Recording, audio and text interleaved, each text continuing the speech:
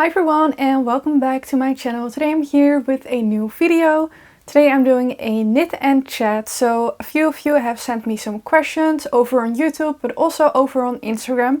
So I will be answering those today. Then I also have written some topics down that I would like to kind of discuss just because I think it would be fun to share my thoughts and just create a space where we can have these types of conversations. Then I also wanted to quickly show you some project bags that are going to be in my shop from today when this video is going to be live. This launch is actually a pre-order, which I've never done before for my project bags. In the past I've just made a bunch and then sold those, and it was always very mixed. So sometimes I would sell all of them and then sometimes I wouldn't sell any of them. So it kind of felt a bit of a waste of time to spend the entire day making stock for a bag that maybe is not going to sell. So I decided to just make a few little designs and then only make one of each, and then I will just see how many people are interested in them. And I do really want to make more project bags because it's such like a love and passion of mine. Of course, I also work in a fabric store, so I'm very passionate about fabrics in general, and it just brings me a lot of joy to look at these. So I'm gonna just show you quickly the ones that are going to be in this shop update in case you're interested. The link will be in the description to my shop, and then you can support me and treat yourself to a nice project bag. And they are all in a sock size. If you want a larger size, I think I will add the option to do so because I'm making them like later anyways, so it is possible. This is the first one, and this one is a mix of blue and brown fabrics and then also some pink in there. And I decided to just do a bunch of squares and they all repeat 4 times. So these are 9 different fabrics. Then I decided to go for a scrunch closure with a ruffle, which means that this has like a ruffly edge where you can also see the lining, which I think is very cute. And for the lining I went for a nice chocolatey brown with a blue floral pocket. And then they all have this little hook where you can add some notions to. Then the next one is very much my cup of tea, and it's pink and yellow because I just cannot resist a nice pink and yellow combination. And then this one is also squares, but then all the squares are only repeated twice. So this is actually 18 different fabrics in there. And in the back is just this plain pink with my label. Again, a little scrunch closure with some lilac lining and a pink pocket. And of course the little notions hanger. So this one will look like this when you close it up. Very adorable. And then the last one I made this morning because these are kind of out there and I thought it would be good to have one that was a little bit more neutral. So this is for people that like something a little bit more minimalistic. And this one has a sawtooth quilt star.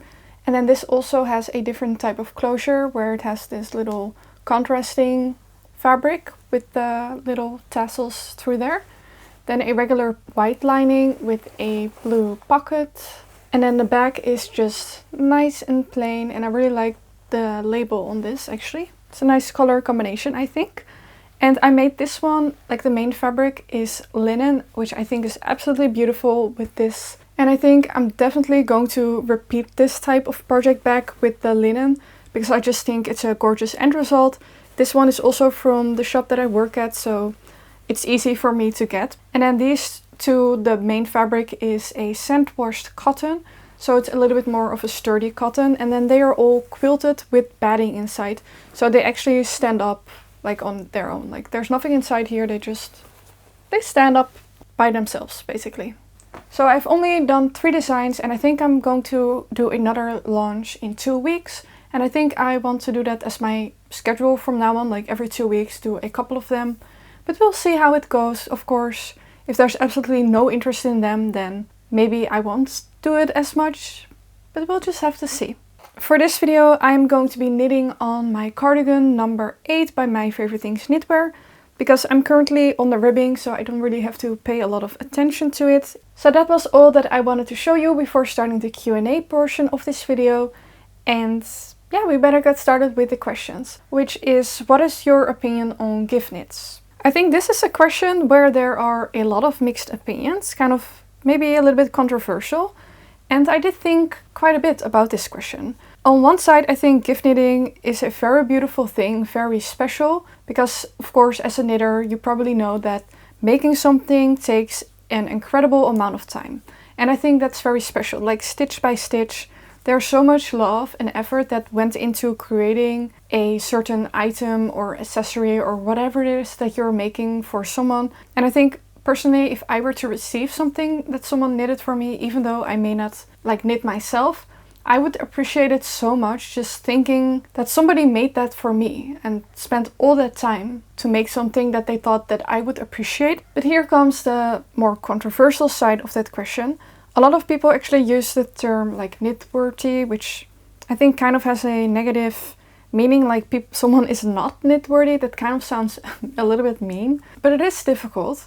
And I personally would never knit something for someone that I knew wouldn't really appreciate it. I will just be honest, I do have a couple of people in my life that I would not knit something for just because I don't really think they have a grasp on how much time actually goes into it, and maybe they wouldn't appreciate it as much, even though they want to. Yeah, some people just appreciate it more than others, and that's just how it is. People are different for a reason, and there's no shame or harm in that. But I do think it's a beautiful thing to share your craft with someone. And at the same time, I also think that it's very beautiful also to just only make things for yourself. And that obviously sounds selfish to a lot of people. Generally, a lot of knitters are women or females, and like as history is written, a lot of females or women used to be homemakers, and they would, you know, knit and sew, embroider, cross stitch for their family. And I think that because the history is like that, that has definitely created a little bit of a stigma that it is selfish to only knit for yourself, even though I think it's very logical because you're the one that's putting all the time and effort into it. Like, you will enjoy the process and the end result yourself. And it's your hobby, so you deserve that. And you don't need to knit for anyone else, and you don't need to explain yourself. That's a little bit of my opinion on gift knitting. And I don't think it's necessarily good or bad. It's just do whatever you want to do, and in the end, that's always the best. Then the next question. Could you please make a summary of the next patterns you are releasing and how they are going? Thank you. Well, thank you for your interest in my designs. I really appreciate it. So I do have like my designs kind of planned out for this year, but I'm not holding on like too tightly to that plan, just because I'm someone that's usually too optimistic in my planning. I tend to want too much in a too small amount of time. So usually my planning or time schedule is not very realistic, and I tend to put a lot of pressure on myself, which is a really bad habit. But I do have a couple of things that are set in stone. So for example, next week on the 21st of April will finally be the release of the Vivian Vintage Cardigan. That has been a work of progress like for many months now, so I'm really eager to finally release it. I just have to knit the sample, and I still need to do 2 sleeves and the double knitted button band, the neckline, and then do a little bit in the body. And it's a week from now, so it's quite a lot of knitting that I still have to do. I hope I'm able to finish it by then. I've been working really hard on it, but of course I also don't want to stress myself out because it's just knitting and it's supposed to be fun. So that one is for sure going to be the 21st of April. Then I also have the Sweet Sierra sweater planned for the 1st of May, I believe. Then after that I'm going to have the Fiona cable vest, which I've not really knitted on, so I'm not sure when that's going to happen because of course I need to finish that sample first. Then after that is going to be the Tallulah texture cardigan that I'm still writing the pattern for. I think probably in May there's going to be a test call. It's just a very extensive pattern, and also it's really hard to go back like a year ago and try to write a pattern from the weird notes that I've made. Then I also have the Bloom Bubble sweater that is coming up probably in the fall because I don't really want to release too many sweaters in the summer. And then what I have planned for the winter is a really nice cabled cardigan. And then I would also love to knit a dress, probably with some puffy sleeves because I'm really predictable.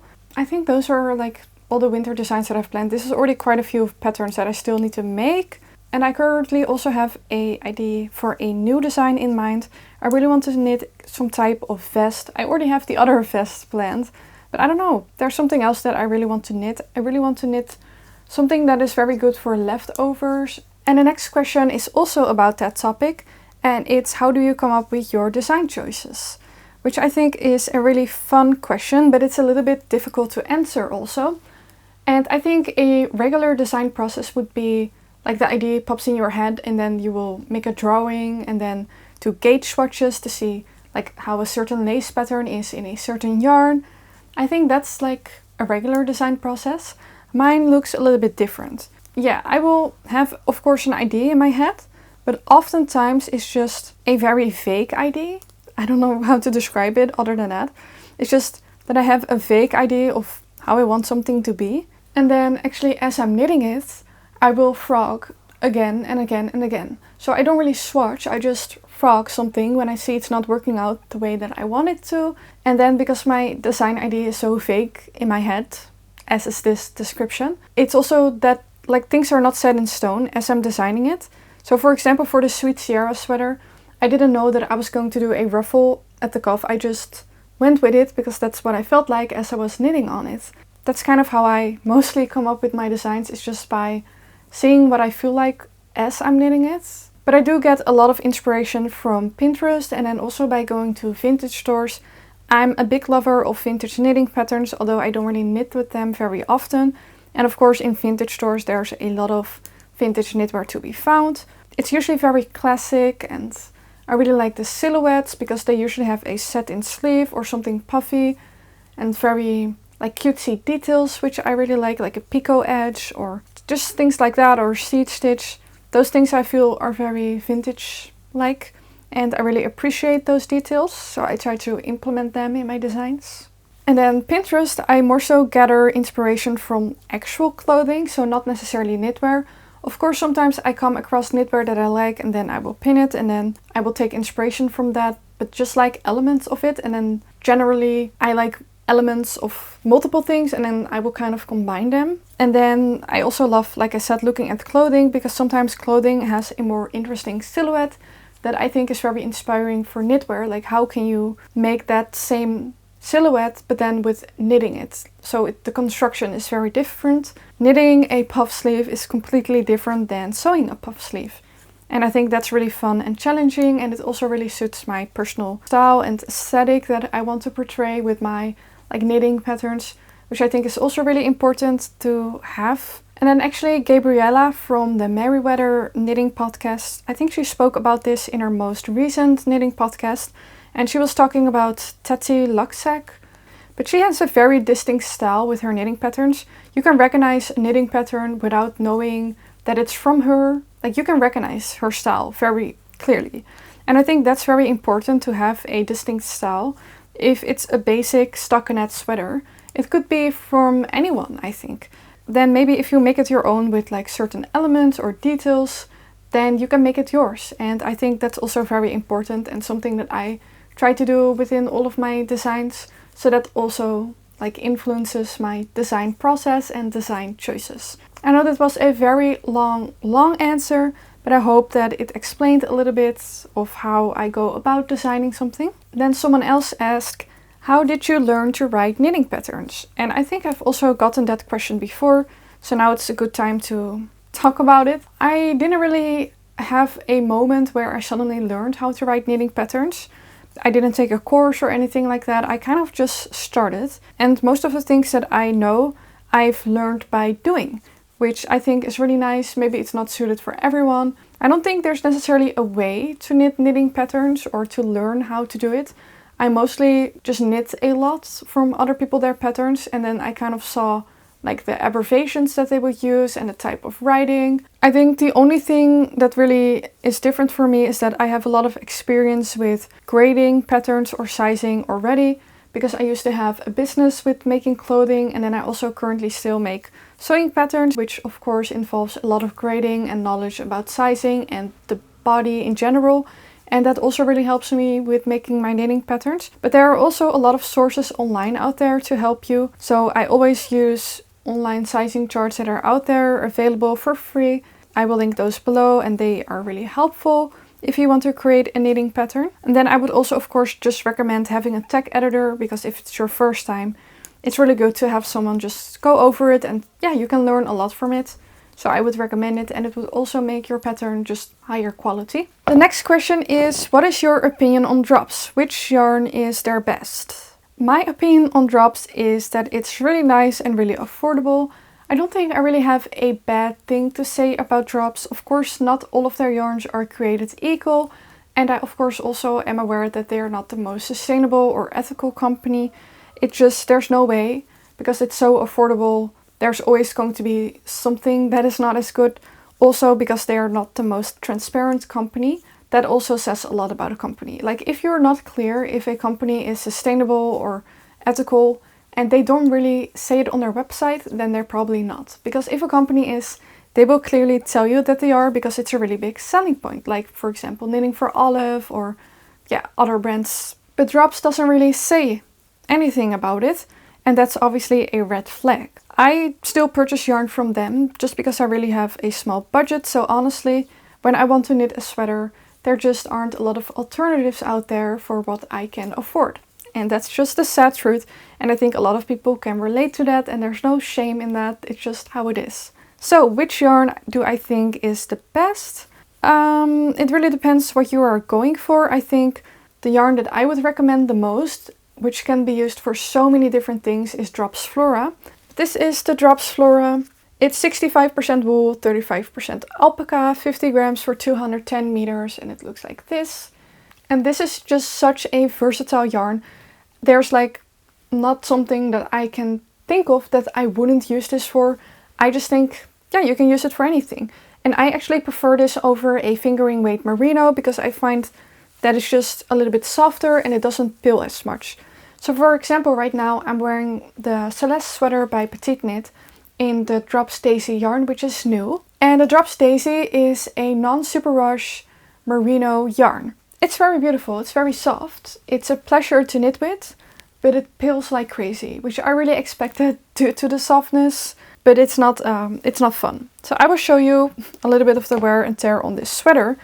Keep in mind, I have worn it a couple of times and I've also de-pilled it since then, but you can see it here. This is from like 3 or 2 wears. That's how much pilling there is. And that's not the best. Of course, I think it's also maybe expected with a yarn like this. It's comparable to Double Sunday from Skarn. Both are DK weight, so it's just something to keep in mind. But I would rather use the Drops Lima, which is the DK weight version of the Drops Flora, rather than this one. I knit my stripe pipe sweater in Drops Lima and that one really doesn't pill. I think that's one of my favorite yarns. Then also the Drops Air is really nice, which I'm actually currently knitting with. It's also very versatile and I think you can use it with a larger needle size as well as a smaller needle size than the suggested 5mm needle. And it also is really nice held with a mohair. Actually, they've just yarn combinations on their website where you can see, for example, the Drops Air paired together with a mohair to create really nice colorways. So I really like that yarn. Then you also have the Drops Brushed Alpaca Silk, which I quite like. It's also quite versatile, but it is very fluffy.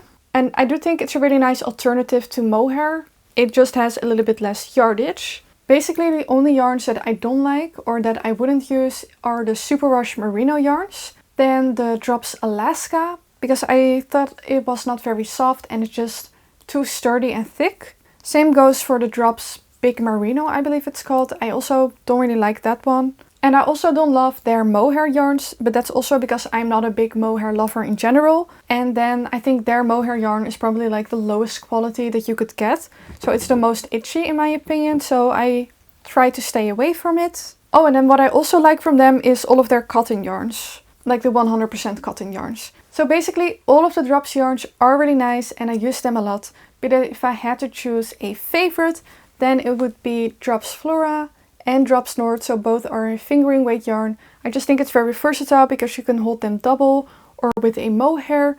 They are just really nice. The Drops Flora is a little bit more rough than the Drops North. This is softer, but of course this will then give you less stitch definition if that's something that you want. Then the next question is, how do you pick colors for a project? Your colors are always great. Well, I really appreciate it and that's very kind of you to say. I've had some other people also comment about the colors that I choose and that I really have a color aesthetic. I'm not sure if there's really a way that I would say that I pick colors. I think I mostly just overthink the entire process. So I just spend a lot of time like actually looking at the yarn before buying it. But when I want to put colors together, for example for the Celeste sweater, what I like to do is make a screenshot of colors that I have in mind. So for example, the bright pink, I will take a screenshot, then I will put that in Canva or a Google Doc. Then I will choose a different color, like let's say for example that I think, oh, I want a blue. Then I will choose a blue from whichever yarns I'm looking at and then put that together with the hot pink that I've chosen. And then when you really see them together, you can really think if they go well together or not. And then if I think they go well together, then I will go to the next color. So it's just a really lengthy process of me overthinking all of the decisions that I make. And sometimes I think I do better than other times.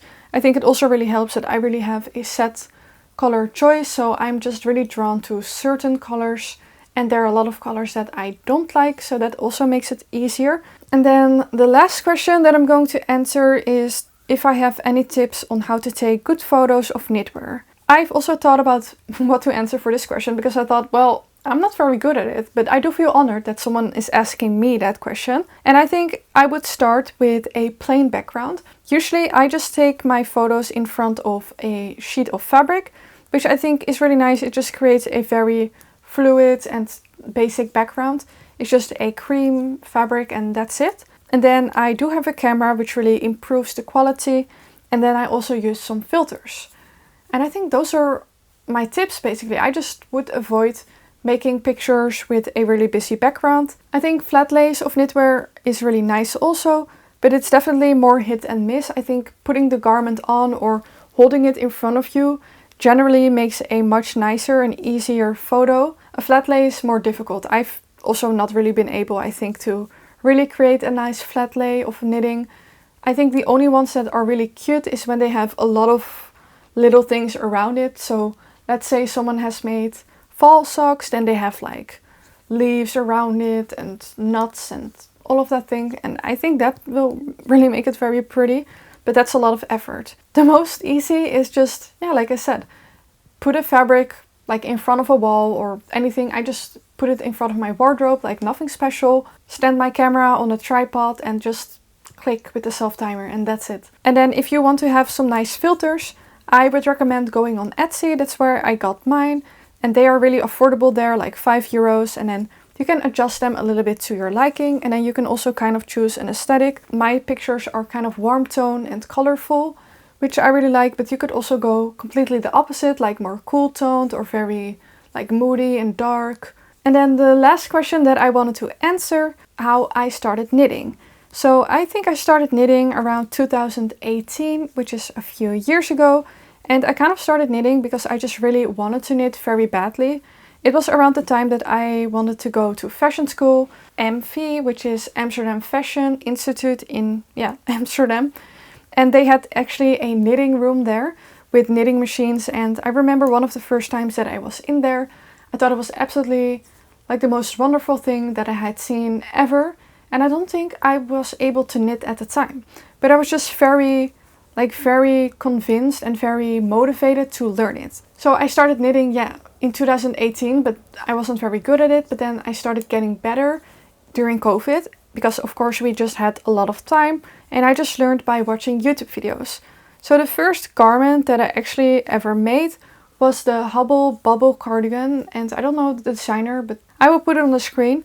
And it's really funny that that was my first garment or like first ever finished object, just because it has a stitched pattern, which I don't remember how you make that, but it has something going on at least. And then I also decided to make it with a complete different gauge and needles. So I think the original one was like on 8 or 10 millimeter needles, but then I decided to make it in drops air and did it on I think like 5 or 6 millimeter needles, which is not something a beginner would do, like someone that is in their right mind. But I think I'm just a little bit crazy sometimes and overly confident or motivated or whatever you want to call it. And then I also started doing knit collage. They had a lot of make-alongs and they still actually do. And then they always have video tutorials, and that just helped me so much to just see someone like explain it very slow and then you could watch it again. It was of course specific to the pattern, and that was really helpful, and it also taught me a lot. And then from there I just kept learning and doing more and more and more. And that's how I learned knitting. Then those were all of the questions that I wanted to answer for this video. I think I answered all of the ones that I got, so I hope you are happy with the answer that you received if you ask me anything. And also thank you for asking me a question. Then I do have some topics that I wanted to discuss. So for example, a progress versus a product knitter. I think that's such an interesting topic.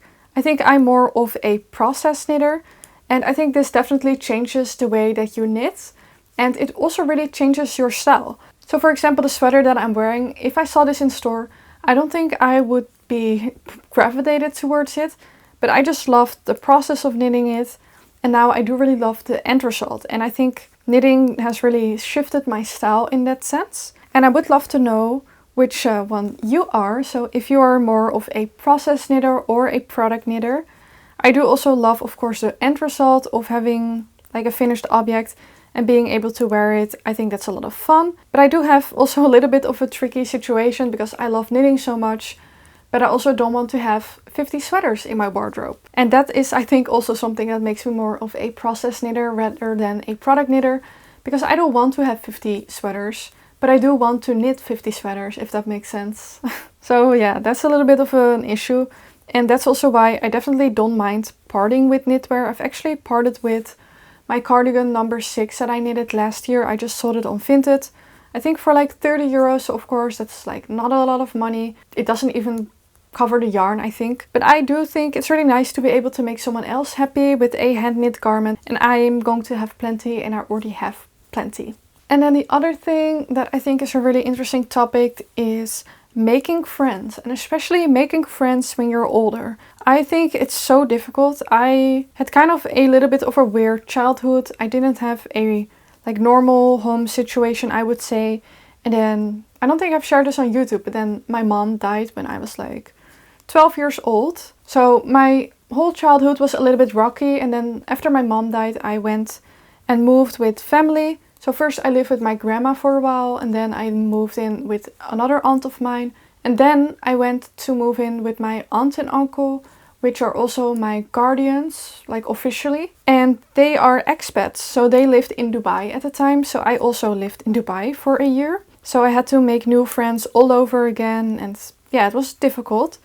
And then I lived in Argentina for half a year, had to make friends again. Then I went back to the Netherlands for 1 year of high school, and then I lived in Haarlem, so I had to make friends again.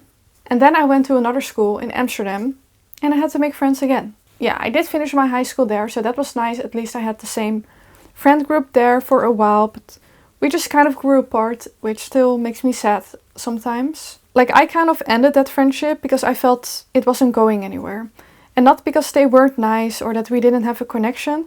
I just felt it was always more on the surface level, and we didn't really have anything in common. I think generally in high school, you just don't have a lot of things in common with the people that you are friends with.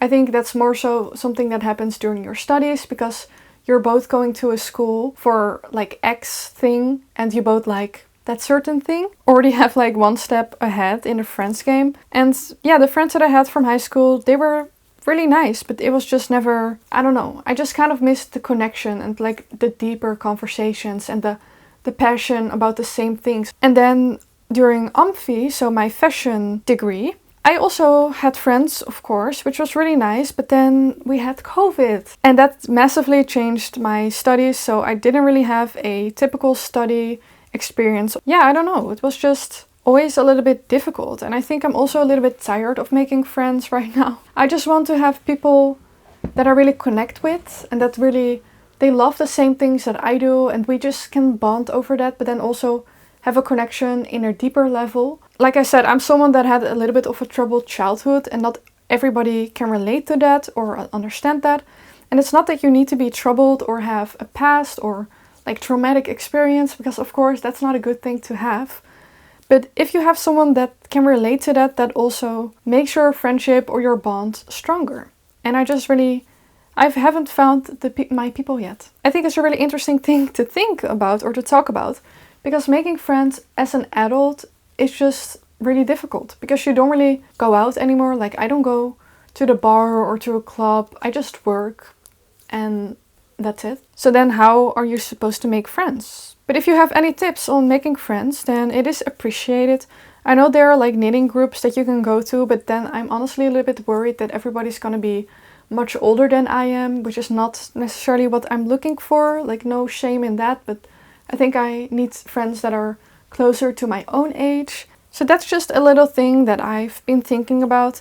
I think I just really miss having friends. I think I would really like to have just 1 or 2 friends that are really close, and I just don't really have that, and it often makes me feel insecure, like I don't fit in or I don't have someone else beyond like my boyfriend or my family that I have remaining. Maybe that's also the issue, that because I don't have a traditional family situation, I kind of just miss like the connection that I would have, or to be able to share things with friends and not have to rely on other people maybe. And I do have a sister, which is really nice. She's definitely my best friend, so I guess I do have a best friend after all. And I think people can relate, and I just wanted to create a space where we can talk openly about it, that yeah, it's really difficult to make friends and to find your people. But in the end, I think we will, and everything happens at a time for a reason. That's what I do believe in. I think I do really love my knitting channel for that reason, because it feels like we're all friends here, and this is a space where we can just chat and knit and share our love for this craft, and it's a really special thing. So I think it's a really nice place to end this video by just thanking you for being here and being my virtual knitting friend. I hope that I'm also your virtual knitting friend in that way. I hope to see you in my next knitting video, and for now I wish you all a very happy day and happy knitting, and bye bye!